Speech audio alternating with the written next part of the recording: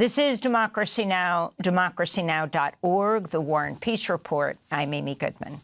The right-wing social media influencer Andrew Tate and his brother Tristan have been arrested in Miami after British authorities issued new rape and sex trafficking charges against them. The United Kingdom's Crown Prosecution Service announced the charges Saturday. 38 new charges in total have now been authorised against Andrew and Tristan Tate, bringing the total number of charges faced to 59. The charges relate to 7 victims, spanning a period from 2010 to 2017. I want to make it clear, there is no place for male violence against women and girls in our society, and we will continue to work tirelessly to support victims and investigate all reports made to us. Andrew and Tristan Tate are dual British-U.S. citizens, prominent in the hypermasculine online community known as the manosphere. They previously lived in Romania, where prosecutors filed a criminal indictment against them in 2023 on charges including violence, rape, and human trafficking. Despite the charges, they were freed from travel restrictions in Romania early last year, after White House officials reportedly pressured Romanian officials. In a moment, we'll be joined by Heidi Blake, an investigative reporter at The New Yorker magazine. Her latest piece is headlined, Andrew Tate's Empire of Abuse. But first, let's turn to a video from The New Yorker that accompanied her piece. Oh, and a warning. The video includes graphic descriptions of sexual violence. I'm Heidi Blake, a staff writer at The New Yorker. For the past 9 months, I've been investigating the British-American influencer, Andrew Tate. This was my life only 3 years ago. Private jets, Gulfstreams, flying around the world, doing whatever I wanted, wearing expensive cashmere overcoats. Then they threw me in jail, but they forgot my tough guy. It's almost like they thought I wasn't a tough guy. Drawing on thousands of leaked files and scores of interviews, my investigation reveals how he got rich by building a sprawling empire of online exploitation, recruiting dozens of webcam workers into what he called sexual slavery. Sharp side kick from Andrew Tate is very, very dangerous, that shot. Tate is a former kickboxer who appeared on the reality TV show Big Brother before rising to become the defining figure of the manosphere. In the world we live in today, being a normal man, or below normal, is going to be terrible. Even to just find a woman you can reproduce with, it's becoming more and more difficult. My story for The New Yorker charts the rise of Tate's online pornography empire, from the recruitment of his very first webcam worker, a Slovakian teenager who moved to the UK to begin staging sex shows online when she was still a minor in 2014. The following year, Tate hastily left the UK after being accused of rape by 3 women and relocated to Romania, where he turned the webcam business into an industrial operation.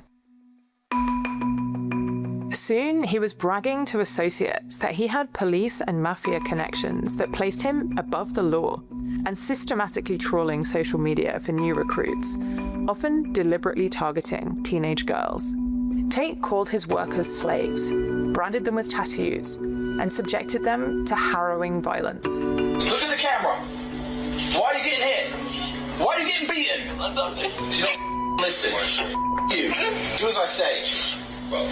Tate and his younger brother Tristan have been under investigation on suspicion of human trafficking in Romania since 2022, when their heavily guarded compound outside Bucharest was raided by armed police. At the time of the raid, Andrew Tate was rapidly becoming one of the most famous men on the planet. He told alienated young men that they were the victims of a feminized society, and he urged them to get fit, get rich, and reclaim what he called their natural masculine imperative for power. Often, that imperative seemed to equate to sexual violence. It's bang out the machete, boom in her face, and grip her up by the neck. Machete's on the floor, her panties are all wet, and you go her. That's how it goes. Slap, slap, grab, choke, shut up, sex. After his arrest, the files reveal how Tate compelled some of his alleged victims to record videos defending him, orchestrated a smear campaign against others, and allegedly bribed some to stay silent as he fought back against the case. But the brothers have strenuously denied any wrongdoing, insisting that they are the victims of a liberal smear campaign. And right-wing allies, including Donald Trump Jr., Elon Musk, Tucker Carlson, have branded the case a conspiracy. After Donald Trump's election, Romanian prosecutors eventually gave in to US pressure to release the brothers from a travel ban. Freedom at last. And since then, the case appears to have stalled. We have our passports back, and just like you, anyone else here decides to take a trip, they're allowed to take a trip. So all of these 3 years of imprisonment were a complete waste of time against innocent men who have never been tried. It is supposed to be innocent until proven guilty in a democracy. We have never been convicted of any crime anywhere on the planet ever. When I met Tate earlier this year at a cigar lounge in Bucharest, he assured me that the prosecution was doomed. It's just garbage out of a corrupt country. No one's that dumb. Like, human trafficking, okay, show me a victim, show me a hurt girl, show me a bruise, show me a girl chained up, show me something. But I have pieced together an account of Tate's activities over more than a decade from hundreds of thousands of private messages, internal documents, sealed prosecutorial files, and court records, as well as interviews with the Tates, their associates, and more than a dozen alleged victims. A video from the New Yorker magazine featuring our first guest, investigative journalist Heidi Blake. The video accompanied her recent New Yorker article headlined, "Andrew Tate's Empire of Abuse: How the Defining Figure of the Manosphere Built a Fortune and Became a Political Force by Systematically Exploiting Women," unquote. Since that video was made, Andrew Tate and his brother Tristan have been arrested in Miami after British authorities issued new rape and sex trafficking charges against them. Heidi Blake is joining us from the United Kingdom. Let's start, Heidi, with this latest news. Can you explain, as you track them from Britain to Romania, where you interviewed them personally, how they got into the United States and what this request for extradition and their arrest in Miami is all about? Well, these latest developments over the weekend are a huge step change in the case and in the disposition of the US administration towards the Tate brothers, it would appear, because a lot of what I uncovered in my reporting was how actually the prosecutors in Romania who brought this human trafficking case against the brothers, under pressure from the US administration in 2025, released the brothers from their travel ban. And when I started investigating this case, the prosecution in Romania had really stalled. The brothers were floating freely around the world. They were traveling back and forth from the US. They were visiting other places, Hong Kong, Kazakhstan, Turkey. They were in the Bahamas. And they were continuing to amass further influence, to make more money. When I met them, as you heard there, they said to me the case was doomed. Andrew Tate said there was a 0% chance they were ever going to face trial. So they were very, very confident of their impunity at that point. And what I wanted to understand was how on earth that was the case and what was the evidence underpinning that investigation. And so that's what I set out to do. And as you heard there, I uncovered a huge amount of evidence, really, which documented their extremely systematic exploitation of women over many, many years. But since that article was published, there's been a big change. The British government have now added 38 new charges to their case against the brothers and have gone to the US and asked them to extradite these two. And that's gone through State Department, it's gone through DOJ, it's now going through the courts. And all the indications seem to be that the Trump administration is cutting them loose. There doesn't seem to be any help coming from the briefing that's coming out at the moment. So it's a huge change. Reading from the BBC last year, U.S. Special Envoy Richard Grenell raised the Tate brothers with Romania's foreign minister at the Munich Security Conference, who said he'd not considered Grenell's approach as a form of pressure. This goes to, how did they end up in the United States?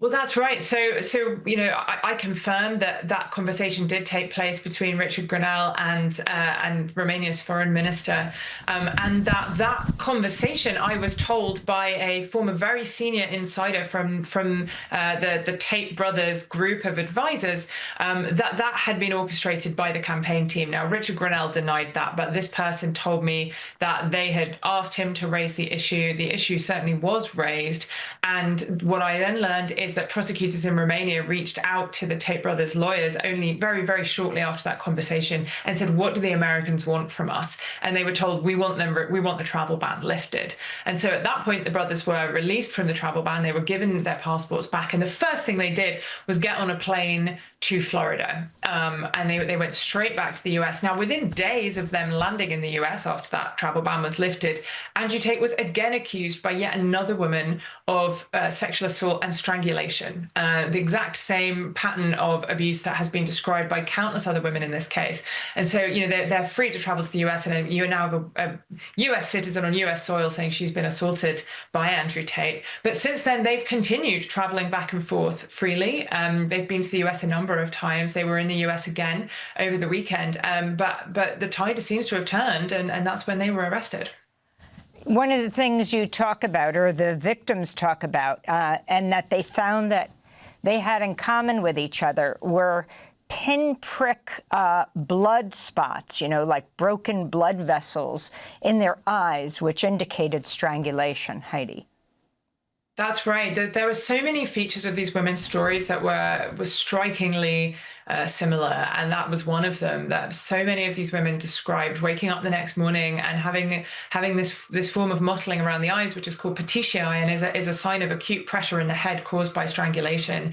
And this is women were reporting this back in sort of 2014 when they first went to the police to accuse Andrew Tate of strangulation. The woman in LA who accused him of sexual assault after he flew to the US last year made the same allegation, and that's the common feature in so many of these women's stories. And what I was hearing from women I spoke to was an incredibly similar description of the way Andrew Tate would assault them, by choking them till they passed out or till they couldn't breathe, raping them, and they would develop these injuries. Often they describe being beaten over the head as well during these assaults. So these allegations are strikingly similar, and these are women who have not met each other, who live in different countries across a decade. So that was a very striking feature of the case, and something I found it astonishing that authorities didn't seem to have taken account of sooner. And so this is a very big step change in the case that these charges have been added, that the British government have made this request, and that the US government so far has greenlit it. Before we talk about how they came to the United States and their relationship with the Trump family and other Trump allies, I want to go back to 2024. A woman who asked to be identified as Anna told the BBC about briefly dating Andrew Tate in 2013. She described what happened when she went home with Tate one evening. A warning. Again, the video includes graphic descriptions of sexual violence. The clip is voiced by an actor. He just looked up at the ceiling, and I remember thinking, this is weird. Yeah, and he said, I'm just debating whether I should rape you or not. Out of the blue, he just got up, grabbed me by the throat, smashed me to the back of the bed, strangling me extremely hard.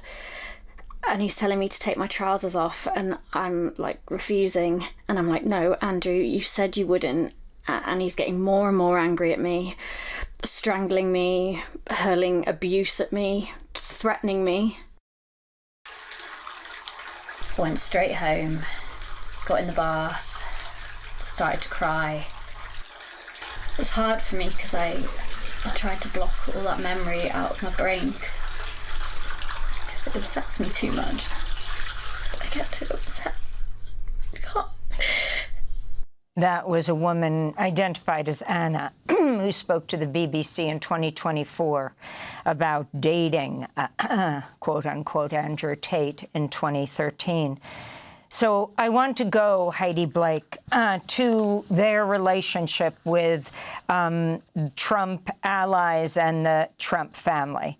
If you can talk about their relationship with everyone from Elon Musk to Donald Trump Jr. to Tucker Carlson. Well, Andrew Tate's relationship with Donald Trump Jr. dates back to 2017. He became a big fan of Trump soon after his election, and he began pumping out a lot of pro-MAGA content on social media and managed to befriend Donald Trump Jr., who then invited him to Trump Tower, where the two of them met. And they have been in touch ever since then. They have a personal relationship, which has obviously been beneficial to Andrew Tate in the years since. He's also cultivated a relationship through an intermediary in the US with Barron Trump, and pledged support to Barron Trump, who was kind of instrumental in mobilizing young male voters for his father's re-election campaign. Andrew Tate had a big part in that. Just for people to understand, because Barron Trump is hardly in the news, Barron Trump is President Trump's youngest son. He's in college. That's right, absolutely right. Yeah. So there are relationships there, with the Trump family itself, but also Andrew Tate has become a really important political force for the MAGA movement, because he's become a defining figure within the manosphere and a proponent of this masculinist ideology, which has become very, a dominant part of what kind of holds the MAGA coalition together. This idea that feminism has gone too far, it needs to be rolled back, that patriarchal power needs to be reasserted, that women need to be put back under the thumb. He has really led on that, and he's garnered a huge amount of support from people like Tucker Carlson, who, after he was accused of all of these crimes, has dedicated hours of airtime to proclaiming Andrew Tate's innocence and decrying the case against him as a political conspiracy. Elon Musk is actually still defending him. I see on X, he's still out there, tweeting supportive messages about the Tate case. But he has consistently defended them and dismissed the allegations against them. Richard Grenell has publicly expressed his support, Trump's special presidential envoy, who raised their case with the Romanian foreign minister. So he's really enjoyed the support of a large number of influential figures across the MAGA movement. That was a big part of the reason why the Romanian government and prosecutors began to feel that it was not going to be politically expedient to be pursuing this case against the brothers in the way that they were, and what led to that travel ban being lifted. In 2025, ProPublica published a piece headlined, "The White House Intervened on behalf of accused sex trafficker Andrew Tate during a federal investigation." In it, according to the report, federal authorities were chided for seizing electronic devices from Tate and his brother and told to return them. Records and interviews show. Experts said the intervention was highly inappropriate. If you can talk more about that.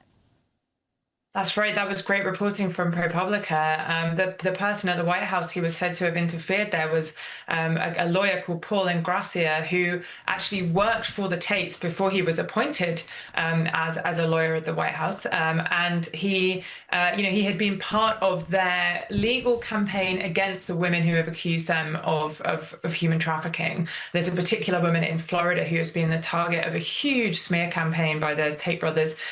They are suing her and members of her family in Florida, and Paul Ingrassia had been a part of that, and has been a huge, public defender of Andrew Tate before he was appointed to this role. And so it was pretty astonishing to hear that in that role he was then intervening in this federal investigation into the Tate brothers, in which their phones had been seized when they landed in Florida.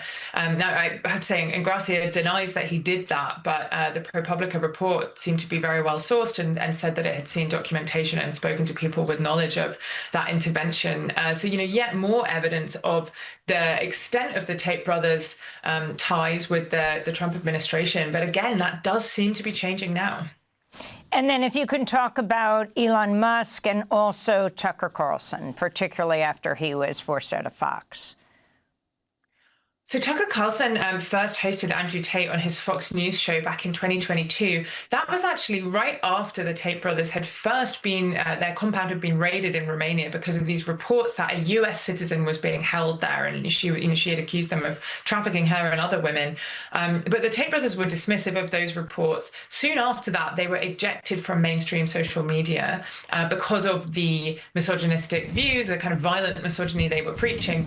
And Tucker Carlson was one of the first people to really embrace them as free speech martyrs. He had Andrew Tate on his Fox News show and was highly critical of the decision to deplatform him. And then after Andrew Tate later that year was arrested and this time detained by organized crime prosecutors in Romania on very serious human trafficking and organized crime charges, Tucker Carlson hosted a 2.5-hour fawning interview with Andrew Tate in which he pretty much declared Tate innocent and allowed him to lie extensively about the case against him and about the nature of the allegations. So he's been a huge champion of the Tate brothers. I can't imagine he had any real knowledge of the case or the evidence against them, because the evidence I've seen is extremely overwhelming. But he certainly kind of stuck his neck out for them. Elon Musk similarly has dismissed the charges against them. He's said that the Tate brothers are being targeted by authorities who want to distract the public from real sex trafficking. I'm not sure how he's making the distinction between what these two men have done and real sex trafficking, but that's been his position. He's still making that kind of argument today on X. So he's been a big defender of them. Candace Owens, another major right-wing commentator, has again dedicated hours of airtime not only to proclaiming the Tate brothers' innocence, but also to attacking their victims. One victim in particular, who she dedicated a whole episode to kind of smears that the brothers had allegations that they'd made against her in court. So they've had a lot of support from very influential right-wing figures. But that, apart from, Elon Musk is still out there defending them, but that support does certainly seem to be fraying. I mean, the indications now coming out of the State Department and briefings coming out of the White House are that Donald Trump is not going to come to their aid. Marco Rubio is not going to come to their aid. That's what the various outlets are reporting. And so it seems like there has now been a change. I think perhaps as figures within the administration have actually got to grips with the nature of the evidence in this case and perhaps realize that it's unsustainable to continue supporting these guys publicly and politically. And as you mentioned, Elon Musk, Andrew Tate was deplatformed right from Twitter, but when Elon Musk took over and it became X, he was replatformed. Is that right? That's right. Elon Musk reinstated his account on X, where he now has about 11 million followers. And meanwhile, another thing I uncovered in my reporting is that the right-wing streaming platform Rumble, which had just received major investments from Peter Thiel and J.D. Vance, Trump's future vice president, gave Andrew Tate a $6 million contract to move his streaming over to their platform after he was banned from YouTube. And that caused a huge spike in active users. Their active user base went up by 45% when Andrew Tate moved over, propelled the Rumble app to the top of the Google and Apple charts. So it was it was in that sense a success for them. But they've been huge supporters of Andrew Tate and very instrumental in allowing him to continue spreading his message. And one more time, if you can explain, you mentioned J.D. Vance, his role. Well, J.D. Vance, as I say, is a big investor in Rumble, which has profited hugely from the Tate brothers and their presence on the platform. He also notably follows the brothers on X. Soon after the election result, he followed them. And so a lot of people have taken that as an expression of support for them. As far as I know, he still follows them. And there have been briefings that, there's been, reports in the past that J.D. Vance would take a dim view of it if the British government were to seek the Tate brothers' extradition. Now, it's unclear what his position is now. As far as I know, he has not commented on the fact that this extradition request has now gone through and being greenlit by the State Department. But certainly the sort of understanding has been that J.D. Vance has been broadly supportive of these guys, and it will be interesting to see whether he has anything to say now. Thanks for watching Democracy Now! On YouTube. Subscribe to the channel and turn on notifications to make sure you never miss a video. And for more of our audience-supported journalism, go to democracynow.org, where you can download our news app, sign up for our newsletter, subscribe to the daily podcast, and so much more.